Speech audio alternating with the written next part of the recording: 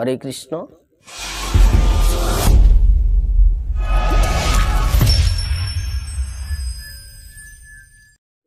শ্রদ্ধেয় সাধুগুরু বৈষ্ণব চরণে এই অভাজনের দণ্ডবত প্রণাম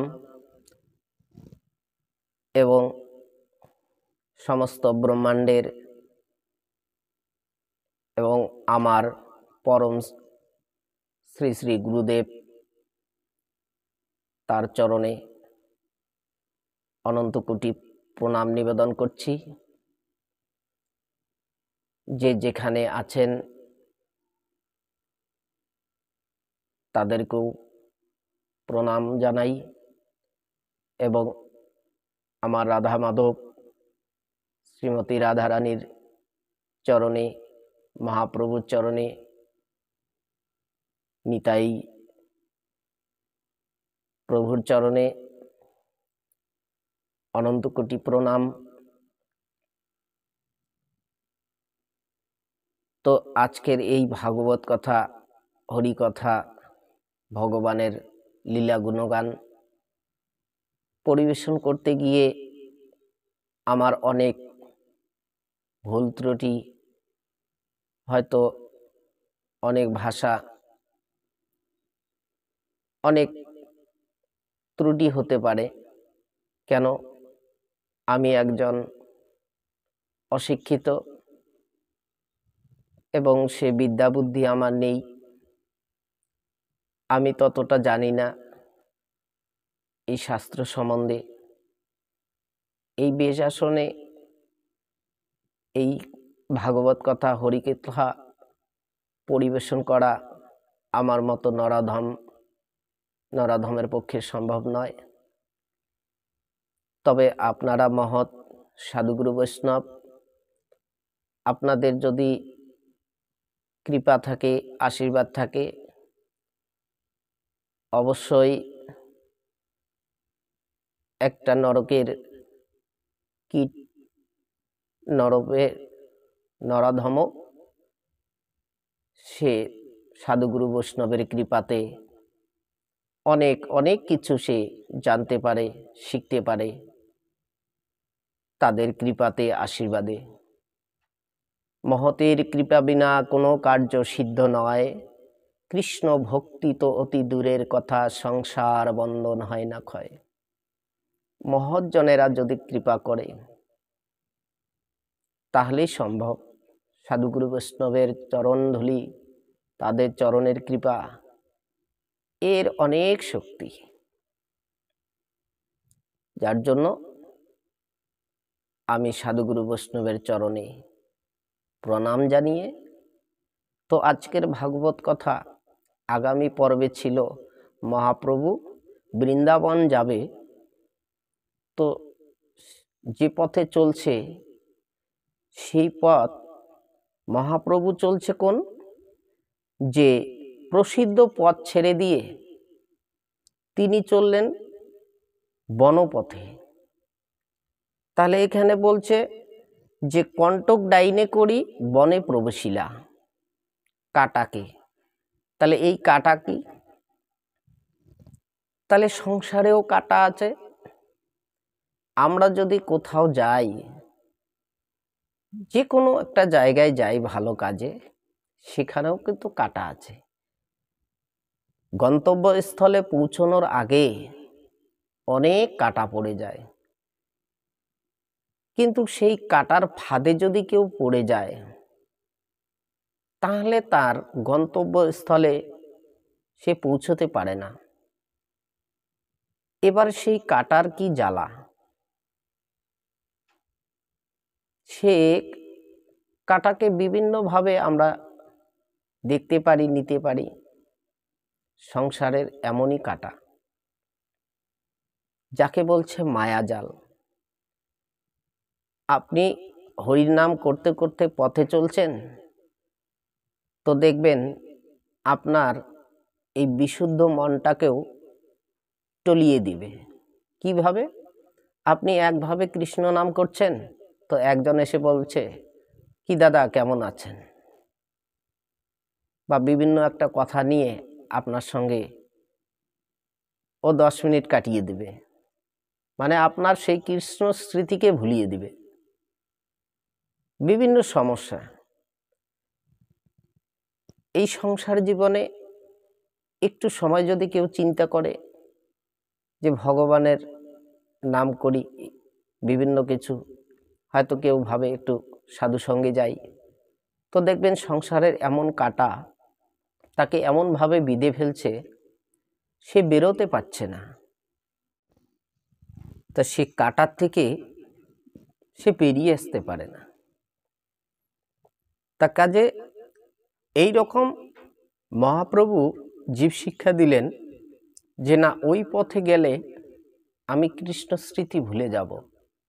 বনপথে চললে কি হবে, যে বনপথে কোনো সমস্যা হবে না, কেউ পিছন ফিরে ডাকবে না, কোনো সংসারে কোনো মায়াজাল, কোনো যন্ত্রণা আমাকে জ্বালা দেবে না। আমি সেই নির্জন স্থান দিয়ে হরিনাম গাইতে গাইতে একাগ্র চিত্তে আমি সেই বৃন্দাবনে পৌঁছতে পারবো। তাহলে এই যে লক্ষ্য, তাহলে প্রত্যেকটা মানুষের একটা লক্ষ্যভেদ ঠিক থাকা চাই। অর্জুন তীরবিদ্ধ করেছিল ওই মাছের চোখে, এবার দেখেছিল কোথায়? জলে। মাছ ছিল চিত্রটা উপরে। এবার যখন উনি ধনুর্বাণ দিয়ে বাণটা ছুড়লেন, উনি কিন্তু মাথা উঁচু করে দেখেনি, দেখেছিল নিচে, আর তীরটা মেরেছিল উপরে। তাহলে এক জায়গায় দেখে আর এক জায়গায় তীরবিদ্ধ করা, এটা কিন্তু চারটেখানি নয়। তাহলে এর জন্য অনেক সাধনার প্রয়োজন আছে, অনেক শিক্ষার প্রয়োজন আছে। এর নাম হচ্ছে লক্ষ্যভেদ। তাহলে আমার আসল উদ্দেশ্যটা কি জগতে আসার, মূল কারণটি কি, এইটা আমাকে খুঁজতে হবে। এখন যদি আমরা মনে করি না 10টা সন্তান জন্ম দেওয়া, 5টা সন্তান জন্ম দেওয়া, গাড়ি বাড়ি করা, এটাই যদি আমাদের মূল কারণ হয়, কিভাবে ভালো খাবো, কিভাবে আমরা সুখে দিন থাকব, এইটাই যদি মূল কথা হয়, তাহলে তো তার লক্ষ্য সঠিক থাকবে না। তাহলে এই লক্ষ্য আসল জায়গায় দিতে হবে, তাহলে আমাদের সংসার জীবনটা ঠিক থাকবে।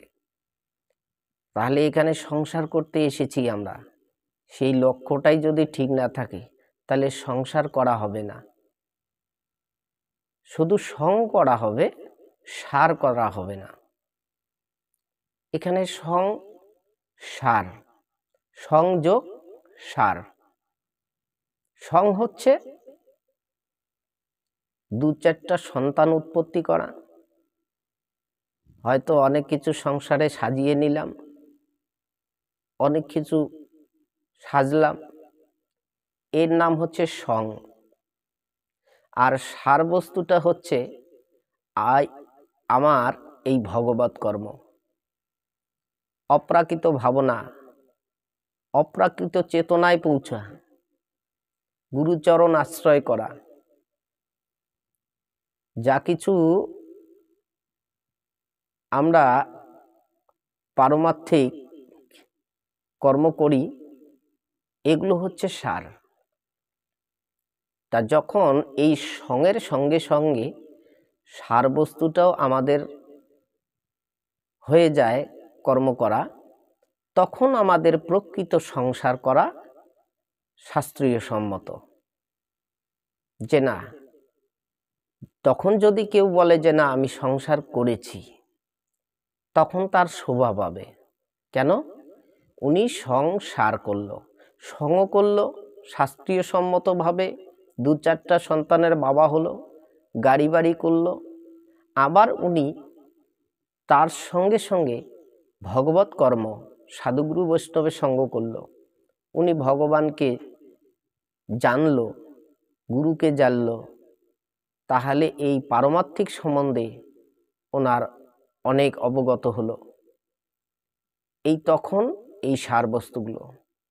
তাহলে এই সংসার জীবনের কাঁটাটা কিভাবে আমাদের পাশ কাটতে হয়, এটা সাধুগুরু বৈষ্ণবের কাছে গেলে আমরা জানতে পারবো, সাধুসঙ্গ করলে আর সদ্গুরু চরণ আশ্রয় করলে উনি দেখিয়ে দিবে যে কোন পথে যাওয়া আমাদের প্রয়োজন। তাহলে এখানে মহাপ্রভু প্রসিদ্ধ পথ ছাড়িয়ে প্রভু চলল উপপথে। তাহলে ওই পথ আছে, তার উপরে একটা পথ। উপপথ মানে একটা নির্জন স্থান, যেখানে কোনো যন্ত্রণা নেই, যেখানে কোনো মায়া জাল নেই, যেখানে কোনো পিছু টান নেই, সেই পথে। তাহলে এইভাবে মহাপ্রভু উপপথে চললেন। তাহলে নির্জন বনে যখন চললেন মহাপ্রভু কৃষ্ণ নাম নিয়ে, সেখানে দেখতে পেল অনেকগুলি হাতি, বাঘ সেখানে রাস্তায় দেখা যায়। কিন্তু এই মহাপ্রভুর হরিনাম কৃষ্ণ নাম শুনে বাঘ, হাতি এরা পথ ছেড়ে দিল। দেখলেন? তাহলে এমনি যদি একটা মানুষ পথ দিয়ে চলে, তাহলে বাঘ হাতি একে মেরে ফেলবে না? বিশ্বাসে মেলয়ে বস্তু তর্কে বহুদূর। কৃষ্ণ নামের এত ক্ষমতা আছে, এটা যদি কেউ বিশ্বাস ভরে পরীক্ষা করে, সে অবশ্যই সে প্রমাণ পাবে। আবার এমনও আছে, যদি কেউ খলভাবেও পরীক্ষা করে, সেও প্রমাণ পাবে। কেন? নাম তখনও কার্য করবে যে তাকে শিক্ষা দেওয়ার জন্য। কেন? তাকে শিক্ষা না দিলে সে তো নামের মহিমা বুঝবে না। আবার কত সময় এ নাম করলেও কোনো লাভ হবে না। এর অনেক তাৎপর্য আছে। তাহলে সেই হরি নাম কৃষ্ণ নাম মহাপ্রভু করছে, আর তারা পথ ছেড়ে দিচ্ছে। দিয়ে কি করছে? একদিন পথে একটা বাঘ ঘুমিয়ে পড়েছে। মহাপ্রভু গিয়ে আবেশে তার শরীর বুলিয়ে দিচ্ছে, আর সেই বাঘ মহাপ্রভুর চরণ স্পর্শ করল। মহাপ্রভুর চরণ সেই বাঘ স্পর্শ করল। প্রভু কহে, কহ ব্যাঘ্র কৃষ্ণ কহ। মহাপ্রভু বাঘকে বলছে, তুমি কৃষ্ণ কহ। কৃষ্ণ কহ কহ কহি ব্যাঘ্র নাচিতে লাগিলা। তাহলে বাঘকে যখন মহাপ্রভু বলছে, তাহলে সেই বাঘ কৃষ্ণ কৃষ্ণ বলে নাচছে। কেন নাচছে? এই জন্য বলছে, একটা পশু পক্ষীতেও যা দিতে পারে মানবে তা পারে না। বনের পশু পোষ মানল, পাখি কাকাতুয়া, ময়না, কোকিল, টিয়া বিভিন্ন পাখিকে মানুষ কথা শিখাচ্ছে, নাম ধরে ডাকে, যা বলাচ্ছে তাই বলছে। কিন্তু এমন নরাধম পাপী আজও আছে এই ব্রহ্মাণ্ড ভূমিতে। এদেরকে হাজার কৃষ্ণ বললেও এরা হাসি ঠাট্টা ছাড়া আর কিছুই দিতে জানে না। তাহলে কৃষ্ণ নাম যিনি কর্ষণ করে আকর্ষণ করেন, নামের মধ্যে ক্রিয়া আছে, সেটা বুঝতে হবে আমাদের। তাহলে কর্ষণ করে যিনি আকর্ষণ করে তিনি কৃষ্ণ। তাহলে সেই কৃষ্ণ বলছে, তাহলে আকর্ষণ করবেন না মানে? তাহলে চুম্বক যদি লোহার সামনে যায়, ও লোহাকে তো টানবেই। তাহলে চুম্বক তো আমার মহাপ্রভু, লোহা তো আমি। তা যদি সামনে যায় ওটা টেনে ধরবে না? তা আকর্ষণ করে কর্ষণ, তাহলে সে কৃষ্ণ কেন বলবে না? তা ভগবান বলছে যে এই নাম সেই কৃষ্ণ, ভজ নিষ্ঠা করি। এই নামেরও সহিত আছে আপনি শ্রীহরি। এবার কেউ বলতে পারে মহাপ্রভু বলছে তিনি স্বয়ং ভগবান, যার জন্য ওনার কথা শুনেছে। তাই এখানে নাম নামই অভেদ, যেই নাম সেই কৃষ্ণ। তাহলে নামকে বিশ্বাস করে তুমিও নাম করো না, তোমার ডাক শুনতে বাধ্য। কেন? অন্তর্যামী ভগবান অন্তরটি তাকান, তোমার আমার ভিতরে তিনি তো বিরাজ করে আছে, তিনি সর্বত্রই। ভগবান কোথায় নেই? সর্বত্রই। তুমি বিশ্বাস করে সেটা হৃদয়ে স্থান দাও, তার জায়গা করে দাও। 10 তলা বাড়ি করার জায়গা হলো, অনেক কিছু সংসারে সাজানো জায়গা হলো, আমার গোবিন্দের জায়গা হয় না, না নিজের হৃদয়ে জায়গা, না আমি যে এই বাড়ি করার জন্য জায়গা নিয়েছি, না সেখানে আমার একটা গোবিন্দের মন্দির, ভগবানের বসার আসন, গুরুর আসন, সেইটুকুই হয় না। তাহলে আমরা জায়গায় এখনো খুঁজে পেলাম না। আমরা ভগবানের নামের কৃপা কিভাবে পাব? অসম্ভব। কাজে এইভাবে বাঘ কি করলো? মহাপ্রভু চরণে স্পর্শ করে কৃষ্ণ কৃষ্ণ বলতে লাগলো। তাহলে পশু পক্ষী পর্যন্ত এই কৃষ্ণ নাম পেল, প্রেম পেল মহাপ্রভুর। আর দিন কি করলো মহাপ্রভু? সেখান থেকে গিয়ে গঙ্গা সেই নদীতে স্নান করে এবারে সেখানে গিয়ে কি হলো? সেখানে মত্ত হাতি জলপান করার জন্য আসছে। আসার পরে কি হলো দেখেন, প্রভু জলকীর্ত করে আগে হস্তি আইলা, কৃষ্ণ কহ বলি প্রভু জল ফেলি ধাইলা। এবারে যখন মত্ত হস্তি হাতি সেখানে এসে গেল, তা মহাপ্রভু স্নান করতেছে, বলছে কৃষ্ণ কহ কৃষ্ণ কহ। তা যখন এই হাতিকে বলছে, তো হাতি তো সুর তুলে আবার সেই চিৎকার। তা এবার মহাপ্রভু কি করছে? কৃপা করে দেখুন, ওই হাতির গায়ে জল ছিটা দিচ্ছে যে কৃষ্ণ কহ কৃষ্ণ কহ। সেই জলবিন্দু কণা লাগে যায় গায়ে, সেই কৃষ্ণ কৃষ্ণ কহে প্রেমে নাচে গায়ে। মহাপ্রভুর কৃপাটা দেখেন কিভাবে, জলটা ছিটিয়ে দিল, অঙ্গে গিয়ে পড়লো হাতির গায়ে যখন জল পড়লো, সেই প্রেমে হাতি নাচতে লাগলো আর সুর তুলে সে চিৎকার করতে লাগলো কৃষ্ণ কৃষ্ণ বলে। তাহলে ভগবানের নামের তার কৃপাটা দেখেন। এখানে কোনো না পশু পক্ষী, না মানুষ, না উঁচু না নিচু, কোনো ভেদ করলেন না যে নামে সবাই আত্মহারা হয়ে যাবে, নামে সবাই মাতোয়ারা হয়ে যাবে। এই নামের কাছে কোনো কুলের বড়াই থাকবে না। তাহলে কেহ ভূমে পড়ে কেহ করে চিৎকার, দেখি ভট্টাচার্যের মনে হয় চমৎকার। তা যারা যে গেল মহাপ্রভুর সঙ্গে, এই দৃশ্য দেখে চমৎকার হয়ে গেল, বাহ কত সুন্দর। মধুর কণ্ঠধ্বনি শুনি আসে মৃগীগণ, পথে যাইতে করে প্রভু উচ্চ সংকীর্তন। মধুর কণ্ঠধ্বনি শুনি আসে মৃগীগণ। তাহলে এই হরিনাম কৃষ্ণ নাম যদি সেই মধুর সুরে যদি করা যায়, তাহলে যখন মহাপ্রভু এইভাবে কৃষ্ণ নাম করলেন, তখন কি করলো? হরিণ এরা চলে আসলো। তাহলে ডাহিনে বামে ধ্বনি শুনি যায় প্রভু সঙ্গে, প্রভু তার অঙ্গ মুছে শ্লোক পরের অঙ্গে। তাহলে দুপাশে এরা এই কৃষ্ণ নাম হরিনাম শুনে মহাপ্রভুর কণ্ঠে এরা পথে দাঁড়িয়ে সেই কৃষ্ণ নাম শুনছে। হেনকালে ব্যাঘ্র তথা আইলো 7-5, ব্যাঘ্র মৃগী মিলি চলে মহাপ্রভুর সাথ। কি হরিনামের মহিমা কি নেই?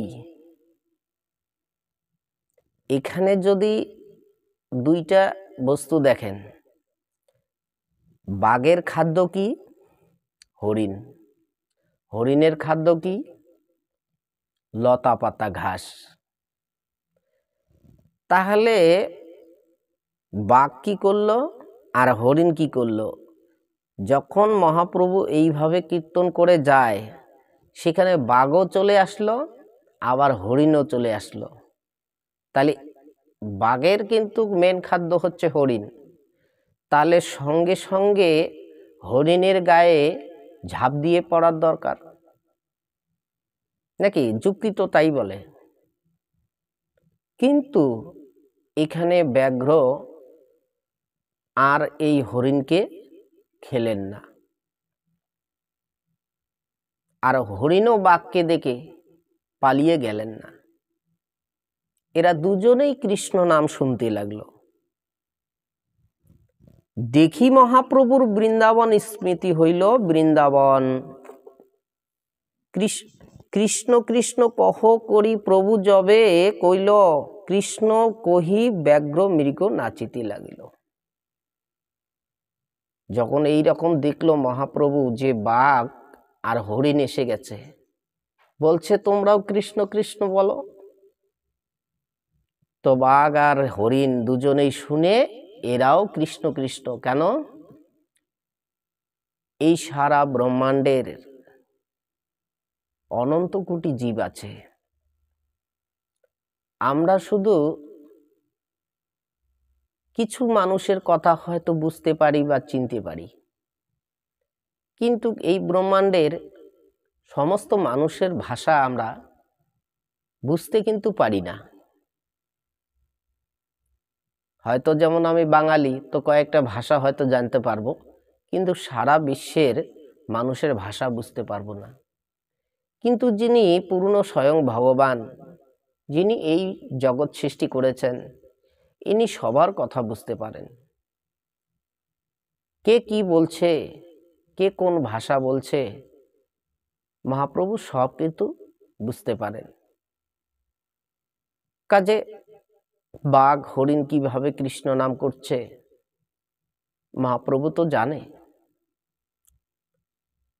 তাহলে নাচে কুন্দে ব্যাঘ্রগণ মৃগী গণ সঙ্গে, বলভদ্র ভট্টাচার্য দেখে অপূর্ব রঙ্গে। যখন এই রকম দৃশ্য দেখলো ভক্ত, যে মহাপ্রভু বলছে, আর মহাপ্রভু বলার সঙ্গে সঙ্গে বাঘ আর হরিণ যে সেই মহানন্দে নৃত্য করছে, এটা দেখে অবাক। বাহ, কি প্রেম, কি তার নামের মহিমা। ইহ জগতেও মানুষ প্রেম করে, ছেলে মেয়েরা প্রেম করে। তাহলে এখানকার প্রেম আর বাস্তব জগতের যারা আধুনিক প্রেম, এই দুই প্রেমের মধ্যে অনেক অন্তর। কেন? তো বাস্তব জগতের ছেলেমেয়েরা যারা প্রেম করে, এরা প্রেমের মর্ম বোঝে না। এরা প্রেম করে ইন্দ্রিয় তৃপ্তি বাসনায়। যখন মনের বাসনা পূর্ণ না হয়, এরা কি করে? একে অপরে বিষ খেয়ে নেয়। এমন প্রেম করলো, বিষ পান করে প্রাণ দিয়ে দিল। এদের প্রেম। আর মহাপ্রভুর প্রেম, এরা এমন প্রেম করলো যে পশুত্বের ভাব পর্যন্ত, পশুত্বের ভাব ছেড়ে দিয়ে সে ভগবানের এই নামের প্রেমের ভাব নিয়ে নিল, হিংসা প্রবৃত্তি ছেড়ে দিল। তাহলে এই নাম, তাহলে এর নামও হচ্ছে প্রেম। তাহলে আমরা এই হরিনাম কৃষ্ণ নাম অনেকে আমরা করি, তারপরেও আমাদের মনের ভিতরের হিংসা প্রবৃত্তি যায় না, তো একে অপরের উপকার দেখতে পারি না। এটো প্রেম নয়। প্রকৃত, যার জন্য শাস্ত্রে বলছে প্রকৃত যদি কৃষ্ণ নাম করা হয় তাহলে অবশ্যই তার ভিতরে প্রেম আসবে, অবশ্যই তার ভিতরে সেই চেতনা থাকবে। কেন মহাপ্রভু যদি সেই কৃষ্ণ নাম দিয়ে, সেই নাম প্রেম দিয়ে যদি পশুত্বকে ছাড়িয়ে দিল, তার ভাবটা প্রেমে পরিণত হলো, তাহলে আমরা কৃষ্ণ বললে কেন হবে না? জায়গাটা ধরতে হবে। তাহলে দেখেন, এইভাবে বাঘ হাতি পর্যন্ত নৃত্য করতে লাগলেন। তাহলে ব্যাঘ্র মৃগ অন্যান্যে করে আলিঙ্গন, মুখে মুখ দিয়া করে অন্যান্যে চুম্বন। আহারে, তাহলে এই যে বাঘ, হরিণ, তাহলে এরা কি করলো? গলায় গলায় মিলিয়ে নিল। এদের তো আর হাত নেই যে মানুষের মতো সে জড়িয়ে ধরবে, একে অপরে আলিঙ্গন করবে। এরা তো পশু, এদের তো হাত নেই, এদের চারটে পা। তাহলে কিভাবে করবে? এরা গলা বাড়িয়ে দিয়ে একে অপরে আলিঙ্গন করলো। আর কি করলো? যে বদনে বদনে, মুখে মুখে এরা চুম্বন করলো। তাহলে কৃষ্ণ নাম প্রেমের মহিমাটা দেখেন। প্রকৃত কৃষ্ণ নাম হরিনাম যদি কারো হৃদয়ে ফুটে থাকে, প্রকাশিত হয়, তার প্রেমটা কিভাবে আসবে? তার চালচলনে, তার অভ্যাসের, তার ব্যবহারে বোঝা যাবে যে সত্যি কৃষ্ণ প্রেম ওনার হৃদয়ে আছে। আর যদি এই সমস্ত ভাবধারা কৃষ্ণ নাম করার পরে না হয়, তাহলে বুঝতে হবে এর মধ্যে অপরাধ আছে অনেক। এই অপরাধের কারণে কৃষ্ণ নামের বিকার হচ্ছে না।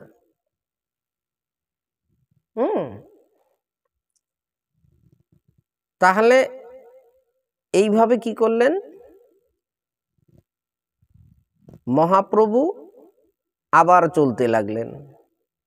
ময়ূরাদি পক্ষীগণ প্রভুকে দেখিয়া সঙ্গে চলে, কৃষ্ণ বলে নাচে মত্ত হইয়া।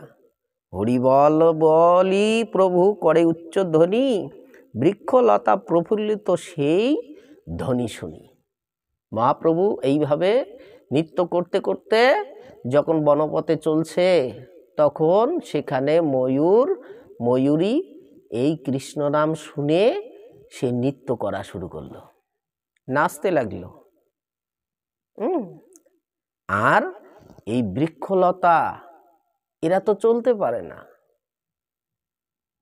কিন্তু শুনতে পারে। এই মহাপ্রভুর হরিনাম সংকীর্তন শুনে এরা প্রফুল্লিত হলো, খুব আনন্দিত হলো, এদের জীবন ধন্য হয়ে গেল। আর এরা খুশিতে তারা আত্মহারা হয়ে গেল। এই বৃক্ষলতা। তাহলে এই ঝাড়িখণ্ডের পথে যখন মহাপ্রভু চলে, এইভাবে মহাপ্রভু স্থাবর জঙ্গম যত কিছু আছে সবাইকে নাম, এই কৃষ্ণ নাম প্রেম দিয়ে প্রভু প্রেমেতে উন্মত্ত করে চলতে লাগলেন। যেই গ্রাম দিয়ে যায়, যে শহর দিয়ে যেদিকে মহাপ্রভু যায়, সবাইকে নাম প্রেম দিয়ে আত্মহারা করে দিয়ে যায়। তাদের জীবন ধন্য। তাহলে এখানে বলছে যে গ্রাম দিয়ে মহাপ্রভু যায়, সেখানে কি হলো? সেই গ্রামের লোক হয় মানুষের প্রেম ও ভক্তি, প্রেম ভক্তি কৃপা করে দিয়ে যাচ্ছে মহাপ্রভু।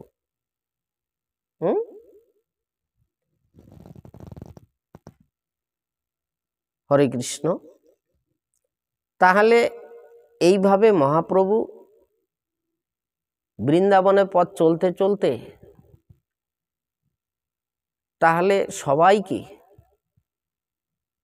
পশু পক্ষী বৃক্ষলতা সবাইকে এই নাম প্রেম দিয়ে গেলেন।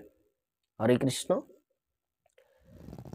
আজকের আলোচনা বিষয় এখানেই বিশ্রাম রাখি। যদি হরি কথা, কৃষ্ণ কথা এই ভগবানের লীলা গুণগান কথা ভালো লাগে, তো বন্ধু বান্ধবদের একটু শেয়ার করে দিন ভিডিওগুলো, যাতে এরাও শুনতে পারে।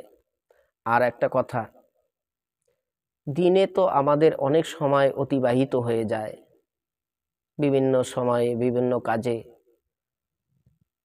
একটু সময় অন্তত দিন অন্তে 5-10 মিনিট সময় আমরা যেন হরিকথা ভাগবত কথা প্রতিদিন শ্রবণ করি। এতে তেমন সময় নষ্ট হবে না, শোনাটাও অনেক কাজ, শুনলেও অনেক উপকার আছে। কৃষ্ণ কথা হরি কথা যদি আমরা যে কোনো মাধ্যমে আমরা শ্রবণ করি তাতেও অনেক উপকার। আপনারা এই হরিকথা ভাগবত কথা অবশ্যই শ্রবণ করবেন। আর আমার এই রাধারানী 100% চ্যানেলটি অবশ্যই সাবস্ক্রাইব করবেন। আর যদি কিছু জানার ইচ্ছে থাকে, জানি না বলতে পারবো কি না, তবু কিছু জানার থাকলে কমেন্টে বলবেন। আমি তো সেই শাস্ত্রজ্ঞ নই। আপনারা প্রতিদিন হরি নাম করুন, কৃষ্ণ নাম করুন, সুখে থাকুন, শান্তিতে থাকুন, ভগবানের নাম করুন। রাধে রাধে, হরে কৃষ্ণ। তো পরবর্তী ভিডিওতে আপনাদের সঙ্গে আবার দেখা হবে। রাধে রাধে।